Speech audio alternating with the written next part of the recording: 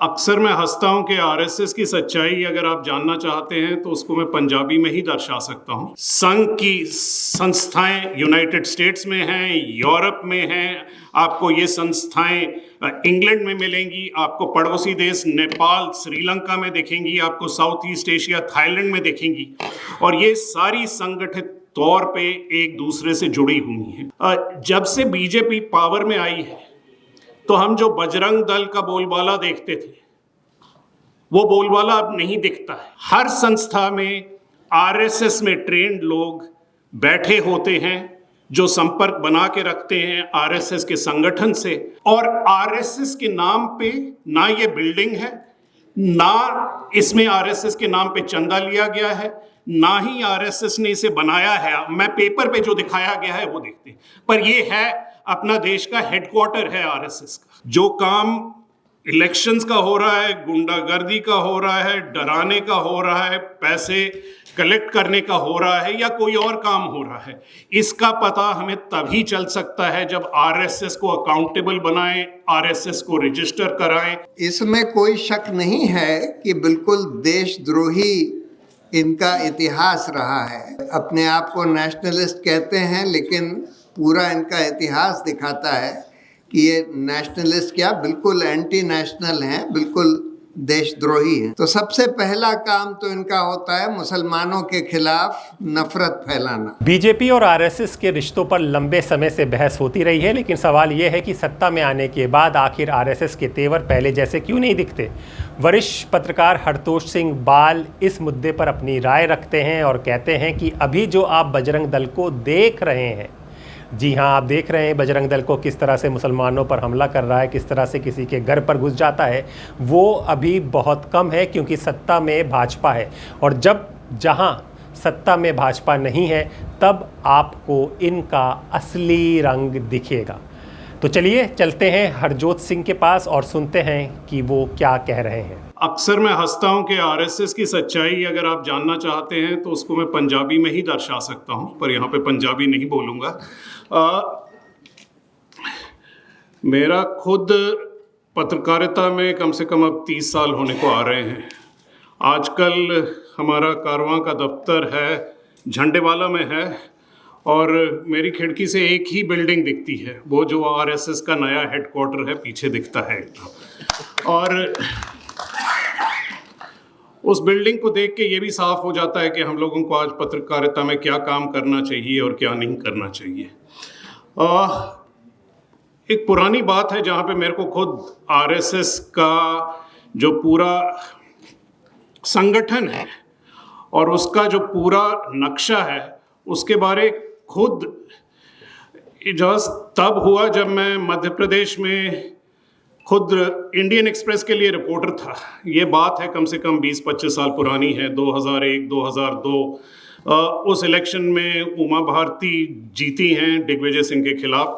उस इलेक्शन के पहले संघ के अलग अलग जो संगठन हैं उन्होंने उस प्रदेश में अलग अलग तरीके से अपने काम से, मैं 2 या 3 चीज़ों का वहाँ पे जिक्र कर सकता हूँ। एक तो कमाल मौला मस्जिद भोजशाला जो है, जो विवाद चल रहा है, उसको लेके एक अभियान शुरू हुआ, जिस अभियान को लीड किया एक संस्था थी जिसका नाम था हिंदू जागरण मंच। उसी के 2 या 3 महीने पहले या साथ में झबुआ में, गुजरात से लगता हुआ इलाका है, और गुजरात में 2002 के दंगे कत्लेआम जो मोदी के नीचे हुए थे, उसका एक झलक यहाँ पे दिखा जब आदिवासी, भील आदिवासी जो क्रिश्चियन बन चुके थे उनके ऊपर जो अटैक हुए हैं उसको संगठित रूप से वहाँ पे देखते हैं तो वनवासी कल्याण परिषद और सेवा भारती के अलग अलग ऑर्गेनाइजेशंस वहाँ पे काम कर रहे थे। जिस गांव में उससे 10 साल पहले या 15 साल पहले जो लोग अपने आप को हिंदू नहीं मानते थे, हर गांव में गणेश चतुर्थी, हनुमान मूर्तियां को रख के एक नया तौर तरीका और विश्वास पैदा कर दिया गया था और वहाँ पे 3 और अलग अलग संस्थाएं आ गई थी सामने। जब आप वहाँ पे रिपोर्टर के तौर पे, पत्रकार के तौर पे आप घूमते हैं तो लोगों को उस समय, अब शायद एहसास ज़्यादा हो गया है, पर उस समय लोगों को एहसास नहीं था कि आप चाहे हिंदू जागरण मंच देखें, चाहे सेवा भारती देखें, चाहे वनवासी कल्याण परिषद देखें, या आप 50 और नाम ले सकते हैं कि ये एक दूसरे से जुड़ी हुई संस्थाएं हैं, सारी की सारी संघ की संस्थाएं हैं। इनका काम करने का तरीका एक है, इनसे जुड़े हुए लोग एक हैं, पर इसके नाम, इस बहुरूपिया जो संगठन है, इसके नाम बदलते रहते हैं, इसका काम एक ही होता है और ये काम अलग अलग तरीकों से किया जाता है। और इस पत्रकारिता से जो देखा हुआ मेरे जहन में जो विश्वास था, उसी को लेके हमने कारवां मैगजीन में अब काफ़ी पिछले 7, 8, 10 साल से इसी चीज़ पे एक फोकस लगाया हुआ है कि आरएसएस असल में कितना बड़ा या कितना संगठित ऑर्गेनाइजेशन है। आप अगर जाएंगे, और ये हिंदी में भी उपलब्ध है, अंग्रेजी में भी है, एक RSS प्रोजेक्ट करके हमारा एक वेबसाइट है जिस पे आपको नक्शा दिख जाएगा, और इस नक्शे में उसका वेबसाइट है rssproject.com, अगर कोई देखना चाहे। उस नक्शे में आप जाके देखेंगे तो हर प्रांत में कितनी संस्थाएं हैं जिनको हम RSS से जोड़ सकते हैं, उनके हेडक्वार्टर क्या हैं, उनका फ़ोन नंबर क्या है, वहाँ पे उनके मुख्य कार्यकर्ता कौन है। जो भी इंफॉर्मेशन हमारे पास है वो आप इंफॉर्मेशन जाके पता कर सकते हैं। आपके अपने इलाके में ये इंफॉर्मेशन किस हद तक आपको बता सकती है कि यहाँ पे नए नए संघ के क्या ऑर्गेनाइजेशंस। उस आप नक्शे को जाके देखेंगे तो आपको पता चलेगा कि कम से कम, ये सिर्फ भारत में नहीं है, पूरी दुनिया में कुल मिला के अभी तक जो हम, क्योंकि ये काम चलते जा रहा है, आप हमें कल इंफॉर्मेशन देंगे, कोई और आके देगा तो हम उस नक्शे को बढ़ाएंगे। 2500 संस्था हैं जो RSS के साथ जुड़ी हुई हैं। ये संस्थाएं सिर्फ भारत के प्रांतों में भी नहीं हैं, यूनाइटेड स्टेट्स में हैं, 100 से ज़्यादा संघ की संस्थाएं यूनाइटेड स्टेट्स में हैं, यूरोप में हैं। आपको ये संस्थाएं इंग्लैंड में मिलेंगी, आपको पड़ोसी देश नेपाल, श्रीलंका में दिखेंगी, आपको साउथ ईस्ट एशिया, थाईलैंड में दिखेंगी, और ये सारी संगठित तौर पे एक दूसरे से जुड़ी हुई हैं। जब इसका 2 तरह का फायदा होता है RSS को, कि कोई चीज़ ऐसी हो जाए जिससे वो अपने आप को डायरेक्टली संपर्क नहीं दिखाना चाहते हैं तो वो कह देते हैं ये ऑर्गेनाइजेशन अलग है, इसका RSS से कुछ कहना नहीं। आप देख लीजिए कि जब से बीजेपी पावर में आई है तो हम जो बजरंग दल का बोलबाला देखते थे वो बोलबाला अब नहीं दिखता है, क्योंकि बजरंग दल जैसी संस्थाएं वो संस्थाएं हैं कि जब भाजपा ऑपोजिशन में होती है और संघ के, आप कह लें, धक्काशाही काम करना है, तब ये संस्थाएं सामने उभर के आती हैं। जब सरकार भाजपा की होती है तो इन ऑर्गेनाइजेशंस की ज़रूरत कम हो जाती है। पर आप ये ना सोचें कि बजरंग दल कमज़ोर हो गई है 5 या 10 साल के बाद। हम चाहें कि जल्दी हो जाए, पर चलिए 10 साल के बाद अगर ये सरकार बदलती है तो आप देखेंगे कि बजरंग दल जैसी संस्थाएं फिर से उभर के आ जाएंगी। और इन सब संस्थाओं पे कंट्रोल जो RSS एक्सरसाइज करती है, उस कंट्रोल का एक सीधा तरीका है, हर संस्था में RSS में ट्रेंड लोग बैठे होते हैं जो संपर्क बना के रखते हैं RSS के संगठन से। एक तो ये है कि RSS अपनी रिस्पॉन्सिबिलिटी नैतिक तौर से मना कर सकती है जब भी कहाँ पे कोई गलत काम हो रहा हो। दूसरा ये है कि जहाँ तक फंडिंग की बात आती है, और ये सबसे इम्पॉर्टेंट बात है कि पूरे सिविल सोसाइटी को, हर एक तरह की संस्था को पैसे से वंचित कर दिया है इस सरकार ने। नियम बना दिए हैं कि आप बाहर से पैसे नहीं ले सकते हैं, आप ये काम नहीं कर सकते हैं, आपको ये परमिशन चाहिए। एक ही ऐसी संस्था है जो सारे काम करती है, जो हम सिविल सोसाइटी के काम भी मांगते हैं, जो धार्मिक भी हैं, कम्युनल काम भी हैं, जिस पे ये लागू नहीं होता है, वो RSS है। और RSS की बाहर की शाखाएं अंदर इंडिया में पैसे इस तादाद में भेज रही हैं जिसका कि कोई ना कोई एनालिसिस अभी तक नहीं हुआ है। ये जो बाहर बैठी संस्थाएं हैं विश्व हिंदू परिषद की, वहाँ पे पैसे इकट्ठा कर रही हैं, वापस इंडिया में भेज रही हैं। इस पैसे का इस्तेमाल हो रहा है, चाहे छोटी जगहों में स्कूल चलाई जाएं जहाँ पे कम्युनल तौर तरीके सिखाए जाएं। ये सब की किसी की निगरानी इसलिए नहीं रखी जा सकती कि इसकी कोई डिक्लेरेशन नहीं है।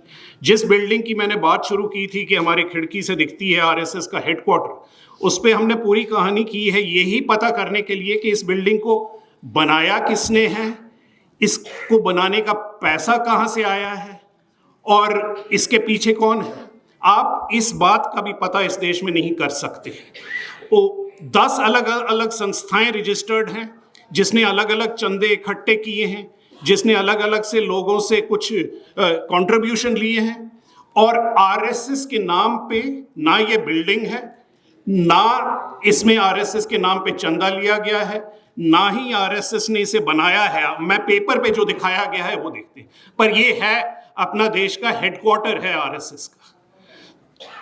ये जो नक्शा हमने बनाया है इससे आज साफ पता चलता है कि आप जो चीजें छुपा के रखते थे, जैसे CSR मनी होता है, बड़ी बड़ी हमारी कंपनियां हैं इस देश में, बड़े बड़े कॉरपोरेट्स हैं, आप उनको एक रकम हर साल CSR के तहत पे भार देनी होती है।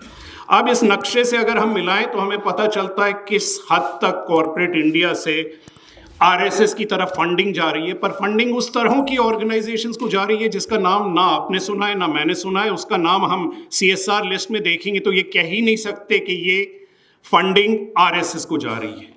तो तभी आरएसएस को रजिस्टर करना, उसके हर जो छोटी ऑर्गेनाइजेशन है उनका नाम उभार करके बाहर लाना, उसको एक कड़ी में जोड़ने से ही हमें पता चलेगा कि आरएसएस कहाँ पे क्या काम कर रही है, आरएसएस को पैसे कौन दे रहा है, ये पैसे कितने आ रहे हैं। जो अकाउंटेबिलिटी छोटे सी ऑर्गेनाइजेशन की होती है, जो अकाउंटेबिलिटी हमारी अकेले की होती है, हम टैक्स फाइल करते हैं, हमसे सरकार पूछती है ये पैसे कहाँ से आ रहे हैं, ये अकाउंटेबिलिटी दुनिया के सबसे बड़े NGO, ये लफ्ज़ मोदी जी के हैं, उसके ऊपर ये अकाउंटेबिलिटी नहीं लागू करती है। और हमारे सामने ये सबसे ज़रूरी काम है कि अगर हमें ये समझना है कि भाजपा की ये जो बड़ी इलेक्टोरल मशीन है, ज़मीन पे जो काम हो रहा है, जो काम इलेक्शंस का हो रहा है, गुंडागर्दी का हो रहा है, डराने का हो रहा है, पैसे कलेक्ट करने का हो रहा है या कोई और काम हो रहा है, इसका पता हमें तभी चल सकता है जब आरएसएस को अकाउंटेबल बनाएं, आरएसएस को रजिस्टर कराएं, आरएसएस से हम अकाउंट्स माने, आरएसएस को सामने पब्लिक में ट्रांसपेरेंट तौर पे एक ऑर्गेनाइजेशन की तरह खड़ा करें। तो ये आपने सुना। अब दूसरी तरफ वरिष्ठ अधिवक्ता प्रशांत भूषण एक और बड़ा सवाल उठाते हैं। उनका कहना है कि जब हर संगठन के लिए नियम है तो आरएसएस जुड़े बड़े संगठन के पंजीकरण को लेकर भी जवाबदेही क्यों नहीं होनी चाहिए। क्या सत्ता के साथ साठगांठ की भूमिका भी बदल जाती है या ये सिर्फ राजनीतिक धारणा है। हरतोष सिंह, बाल और प्रशांत दोनों अलग अलग पहलुओं से इसी बहस को सामने रखते हैं। तो दोस्तों, अब आप प्रशांत भूषण को सुनिए और समझिए कि क्यों रजिस्ट्रेशन ज़रूरी है और क्यों अब तक आरएसएस ने रजिस्ट्रेशन नहीं कराया। पहले तो मैं समाजवादी समागम को बधाई देना चाहता हूं कि उन्होंने इतने महत्वपूर्ण मुद्दे पर ये चर्चा रखी है, और फिर मैं प्रियंक खरगे जी को बधाई देना चाहता हूं कि उन्होंने ये मुद्दा इतने ज़ोर से उठाया है और इसको बिल्कुल पॉलिटिकल सेंटर स्टेज पर ले आए हैं कि आरएसएस कैसे बगैर किसी रजिस्ट्रेशन के इस तरह से फंक्शन कर रहा है इस देश में, और ख़ासकर कर्नाटक में जहां उनकी सरकार है। उन्होंने आपको पूरा आरएसएस की हिस्ट्री बता दी, किस किस तरह से उन्होंने देश के आज़ादी आंदोलन में सिर्फ हिस्सा ही नहीं लिया बल्कि उसको कुचलने की पूरी कोशिश करी। कैसे उन्होंने संविधान का बहिष्कार किया, मतलब इतनी सारी चीजें हैं। उन्होंने हमारे राष्ट्रीय ध्वज का बहिष्कार किया, तो इसमें कोई शक नहीं है कि बिल्कुल देशद्रोही इनका इतिहास रहा है। ये अपने आप को नेशनलिस्ट कहते हैं, लेकिन पूरा इनका इतिहास दिखाता है कि ये नेशनलिस्ट क्या, बिल्कुल एंटी नेशनल हैं, बिल्कुल देशद्रोही हैं। आज के कॉन्टेक्स्ट में अगर आज हम देखें कि आजकल ये लोग कर क्या रहे हैं, तो सबसे पहला काम तो इनका होता है मुसलमानों के खिलाफ नफरत फैलाना। और ये सारी जगह अपने लोगों से, अपने एसोसिएटेड संगठन जो हैं, विश्व हिंदू परिषद और फला हिंदू दल, धिमाका हिंदू दल, तरह तरह के इन्होंने संगठन अपने एफिलिएटेड बनाए हुए हैं। उनके थ्रू मुसलमानों के प्रति और ईसाइयों के प्रति नफरत फैला रहे हैं, जो कि हिंदुस्तान के कानून में एक सीरियस अपराध है। लेकिन इन लोगों को कोई पकड़ता नहीं, क्योंकि सरकारें इनकी होती हैं, हो गई हैं, खासकर केंद्र सरकार इनकी हो गई है। तो ये जितना भी अपराध करें, जितना भी नफरत फैलाएं, कोई इनको कानून के नज़र में जवाब नहीं ठहराता।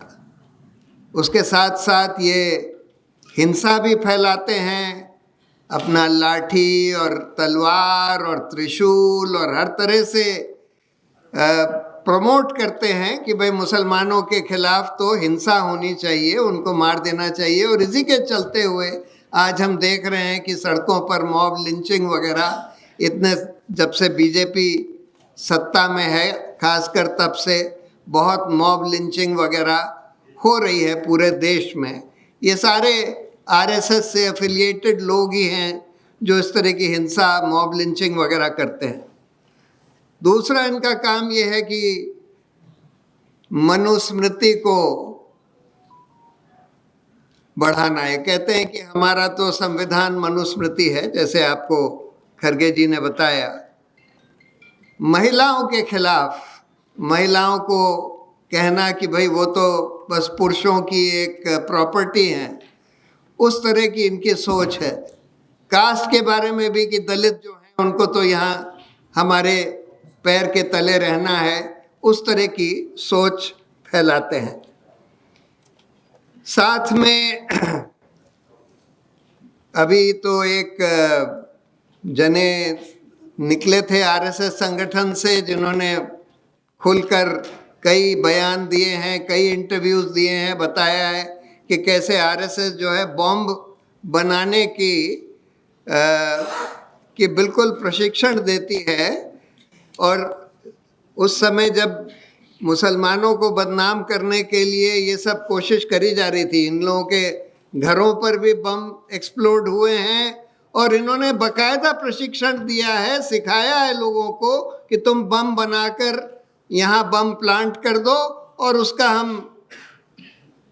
हम जिम्मा मुसलमानों के ऊपर लगा देंगे। और ये करा भी गया है देश में। कुछ जगह पकड़ गए, लेकिन उसके बाद इनके यहाँ केस चला।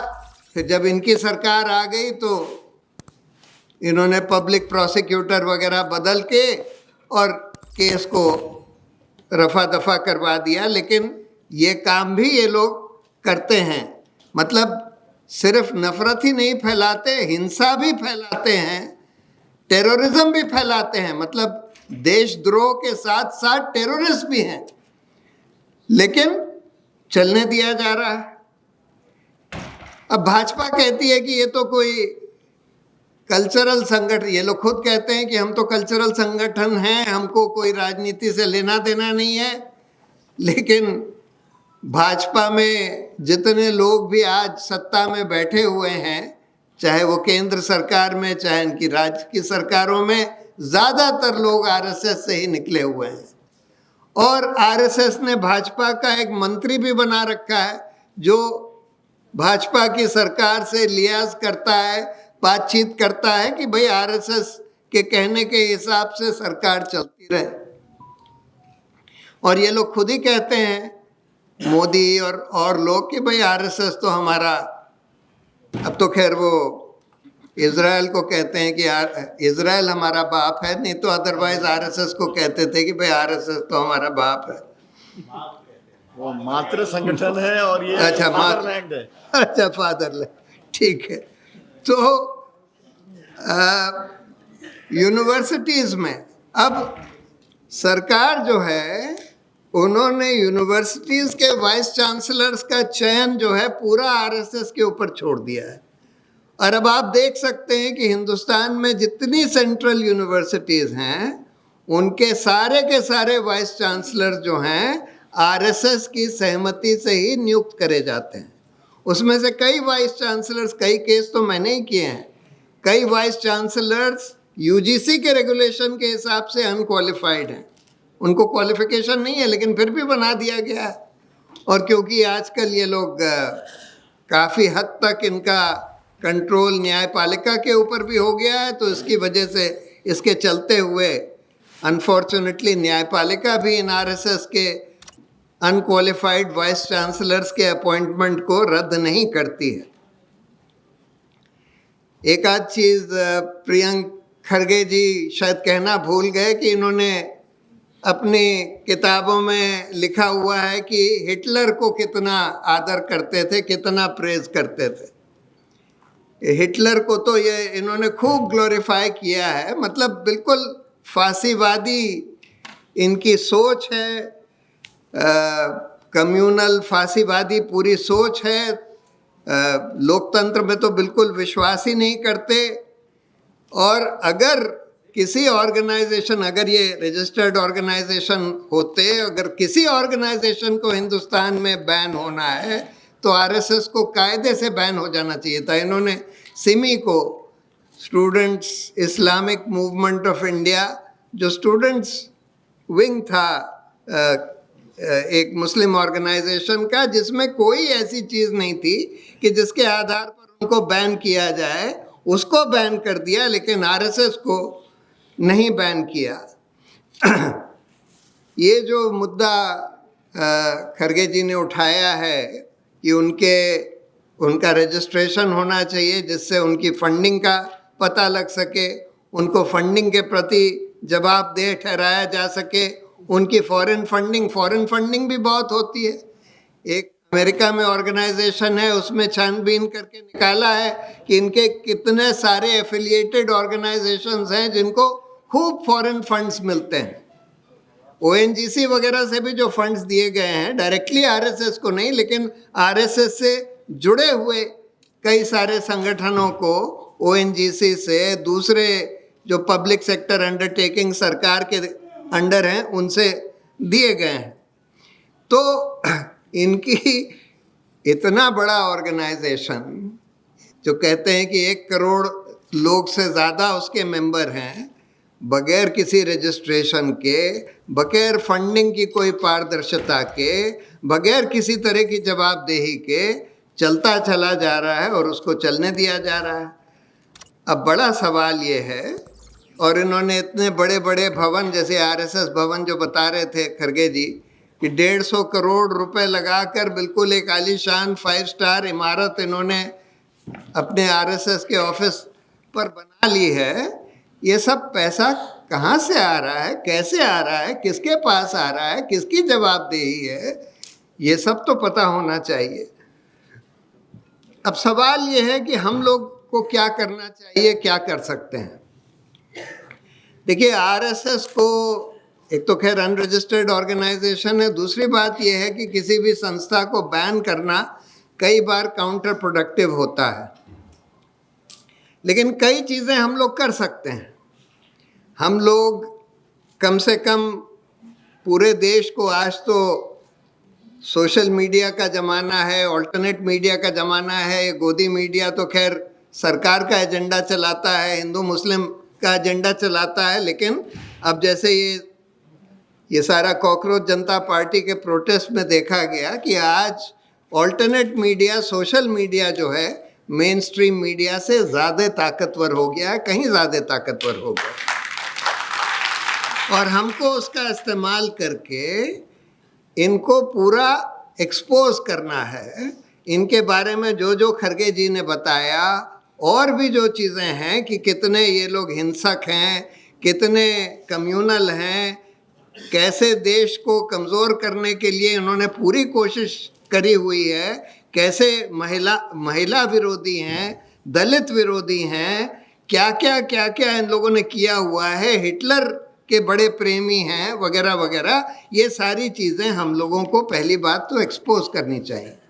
दूसरी बात, बहुत चीज़ें करते हैं या इनके लोग करते हैं जो नफ़रत फैलाते हैं, हिंसा फैलाते हैं, बिल्कुल खुलेआम ये लोग नफरती भाषा बोलते हैं, हिंसक भाषा बोलते हैं। ये सब कानूनी अपराध हैं और इसके लिए इन लोगों को जवाबदेह, इनके जो फंक्शनरीज हैं उनको जवाबदेह ठहराने के लिए हमको, हमारी जो लीगल टीम है, जो एक वॉलंटियर लीगल टीम है, कल वो कपिल सिब्बल के यहाँ से एक कॉकरोच जनता पार्टी के साथ प्रेस कॉन्फ्रेंस में बोला गया कि एक लीगल डिफेंस टीम वो बनाएंगे जो स्टूडेंट्स वगैरह हैं उनको डिफेंड करने के लिए। हम लोगों को एक लीगल ऑफेंस टीम बनानी चाहिए जो इन लोगों को जवाबदेह ठहराने के लिए, जो ये लोग अपराध कर रहे हैं, इनके खिलाफ मुकदमे दायर करने के लिए और उन मुकदमों को परस्यू करने के लिए।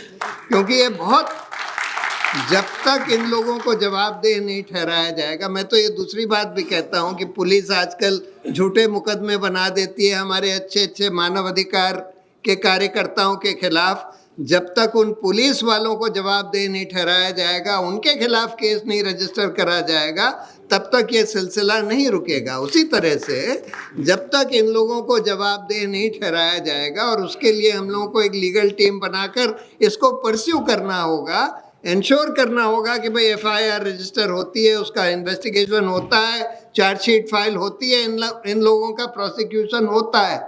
क्योंकि ये लोग जो कर रहे हैं ये बिल्कुल संगीन अपराध हैं हमारे कानून में। तो कई चीज़ें हम लोग कर सकते हैं। और ऑफ कोर्स मैं ये बात कहता हूँ कि आज इस देश की जिस तरह से व्यवस्था पूरी चरमरा गई है, सारे इंस्टीट्यूशंस चरमरा गए हैं, तो इसके खिलाफ हम लोगों को सड़कों पर उतरना पड़ेगा। और अभी ये जो कॉकरोच जनता पार्टी का और जो जेन ज़ी का जो एक मिनी रेवोल्यूशन हुआ हमारे देश में, जिसकी वजह से धर्मेंद्र प्रधान को रिज़ाइन करना पड़ा, ये इसी का नतीजा था कि लोग सड़कों पर उतरे। जेन ज़ी, कम से कम यंग लोग, हमारे देश का युवा पीढ़ी सड़कों पर उतरी, जगह जगह सड़कों पर उतरी। और उसकी वजह से फिर ये, आज भी हम सुप्रीम कोर्ट में थे जहाँ पर इसका कि ये जो हिंसा करी गई इन लोगों के खिलाफ, उस पर क्या हो, उस पर भी हम देख रहे थे कि सुप्रीम कोर्ट का आज रवैया काफ़ी ठीक था, पहले से काफ़ी बदला हुआ था। जब लोग सड़कों पर उतरते हैं, जब उसका दबाव पड़ता है, तब हम देखते हैं कि इंस्टीट्यूशंस भी बदलती हैं। उसी तरह से हम लोगों को RSS के खिलाफ भी सड़कों पर भी उतरना पड़ेगा। तो क्योंकि ये एक बहुत ही बड़ी समस्या है हमारे देश की। इस तरह का संगठन बिल्कुल बेलगाम चल रहा है, जो खुलेआम नफरत, हिंसा, महिला विरोधी, दलित विरोधी हर चीज़ प्रोपोगेट कर रहा है, देश विरोधी। ऐसे संगठन को रोकने के लिए उसके खिलाफ सड़कों पर भी हम लोगों को उतरना पड़ेगा। यही कुछ चीज़ें मैं आपसे शेयर करना चाहता था। बहुत बहुत धन्यवाद। इन बयानों से कई संवैधानिक राजनीतिक सवाल खड़े होते हैं। क्या सभी संगठनों के लिए एक जैसे नियम लागू होने चाहिए या कुछ संस्थानों के लिए अलग व्यवस्था है? तो आपने दोनों की दलीलें सुनी और ध्यान रहे ये दोनों वक्ताओं के अपने विचार और आरोप प्रत्यारोप है। इन मुद्दों पर अलग अलग राजनीतिक दलों और संगठनों की अपनी अपनी राय है। तो ये हमें लगा कि ये आजकल का बहुत महत्वपूर्ण पहलू है। बजरंग दल जिस तरह से मुसलमानों की लिंचिंग कर रहा है, जिस तरह से हर जगह आप देखते हैं लव जिहाद को लेकर आ जाता है, लेकिन हरतोष सिंह का कहना है कि ये अभी तो बहुत कम है, शायद 5 और 10% भी नहीं है।